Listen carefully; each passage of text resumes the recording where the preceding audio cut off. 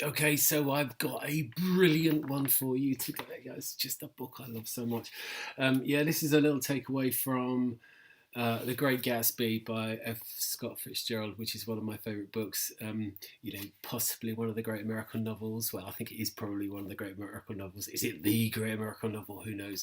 But anyway, just a very short takeaway from this today, which is about Gatsby's smile. Chapter 3, Nick has kind of, Nick, the narrator of the book, has set up, where he lives and how he lives next to Gatsby, and he's gone and met his cousin Daisy, who Gatsby originally loved, and they're going to meet up and everything like that. And this is at one of Gatsby's parties where Nick is about to meet the main man, and he doesn't know it's him. And he talks about Gatsby's smile. This is Gatsby's smile, and this is a little passage that I've always loved, and it's a beautiful piece of writing, and it just we're going to maybe slightly unpick it after for a minute or two, but just a really quick takeaway here. So I'm going to read this paragraph. I'm not the best reader of books. I don't get too many kind of audio book contracts, so I'll do my best. Okay, so it says, he smiled understandingly, much more than understandingly. It was one of those rare smiles with a quality of eternal reassurance in it that you may come across 4 or 5 times in life. It faced, or seemed to face, the whole eternal world for an instant, and then concentrated on you with an irresistible prejudice in your favour. It understood you just as far as you wanted to be understood, believed in you as you would like to believe in yourself, and assured you that it had precisely the impression of you that, at your best, you hoped to convey. Precisely at that point it vanished, and I was looking at an elegant young roughneck, a year or two over 30, whose elaborate formality of speech just missed being absurd. Some time before he introduced himself, I got a strong impression that he was picking his words with care. Oh my God, Fitzgerald is such a good writer. He writes so beautifully. I love that passage. I just love that. And there's so much here. I mean, I love that Nick's got a sensibility where he understands that he not only receives the smile, he not only gets it. He's not only in the presence of it, but he's actually unpicking it as he goes along, and he realizes what a powerful thing this is that Gatsby can do to people.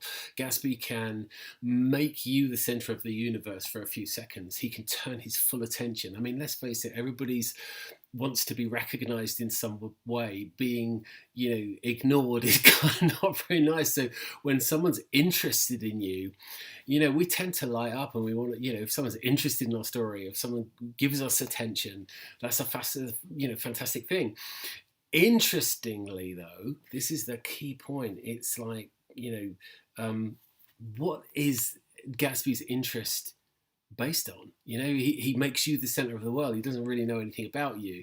He's able to turn that attention on you, to light you up, and then it goes. And I think this is really interesting because if you could read Gatsby as a comment on the American dream and American society, if Gatsby is the American dream, and ultimately Gatsby is gestural, Gatsby's gestures can light things up, and Gatsby's charismatic, but if inside it's not based on anything, if there's a kind of emptiness at the core of it, and Gatsby represents the American dream, then that's quite an interesting comment on the American dream.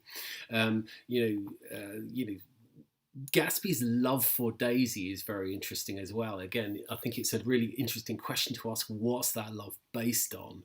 When you really get down to it, is it about who Daisy is that Gatsby loves so much that he will spend 5 years trying to get her back and, become a criminal in some way to do so?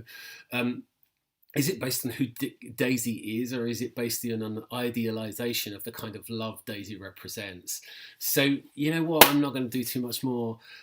That's The Great Gatsby. That's a little takeaway about Gatsby's smile, and I hope you enjoyed that. And, I'll be doing more. So hopefully see you soon. Cheers.